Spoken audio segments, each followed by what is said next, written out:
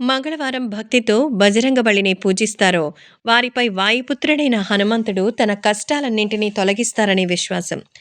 బజరంగ బలి అనుగ్రహం పొందడానికి ప్రజలు మంగళవారం ఉపవాసం ఉండడానికి కారణమిదే. మంగళవారం రోజున చేపట్టిన ప్రత్యేకమైన చర్యలతో హనుమంతుడు సంతోషించి భక్తులకు తన ఆశీస్సులు అందిస్తారని నమ్మకం. అంతేకాదు కోరిన కోరికలు తీరుస్తారు. హిందూ మతంలో ప్రతిరోజు వేరువేరు ప్రాముఖ్యత ఇవ్వబడింది.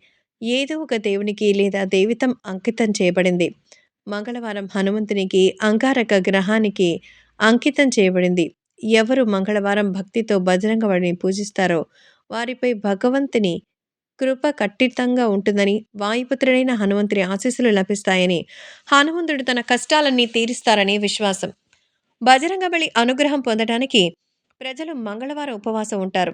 మంగళవారం రోజున చేపట్టిన ప్రత్యేక చర్యలతో హనుమంతుడు సంతోషించి భక్తులకు తన ఆశీస్సులు అందిస్తారని నమ్మకం. అంతేకాదు కోరిన కోరికలు తీరుస్తారు. దీంతో పాటు మంగళవారం చేపట్టిన చర్యలతో భక్తులు రాజయోగాన్ని కూడా పొందుతారు. ఈ నేపథ్యంలో హనుమంతుని ప్రసన్నం చేసుకోవడానికి మంగళవారం తీసుకోవాల్సిన చర్యల గురించి తెలుసుకుందాం. మంగళవారం హనుమంతుని ఆలయానికి వెళ్లి రామనామాన్ని జపించాలి. రామ మంత్రాన్ని జపించడం వల్ల హనుమంతుడు సంతోషిస్తారు.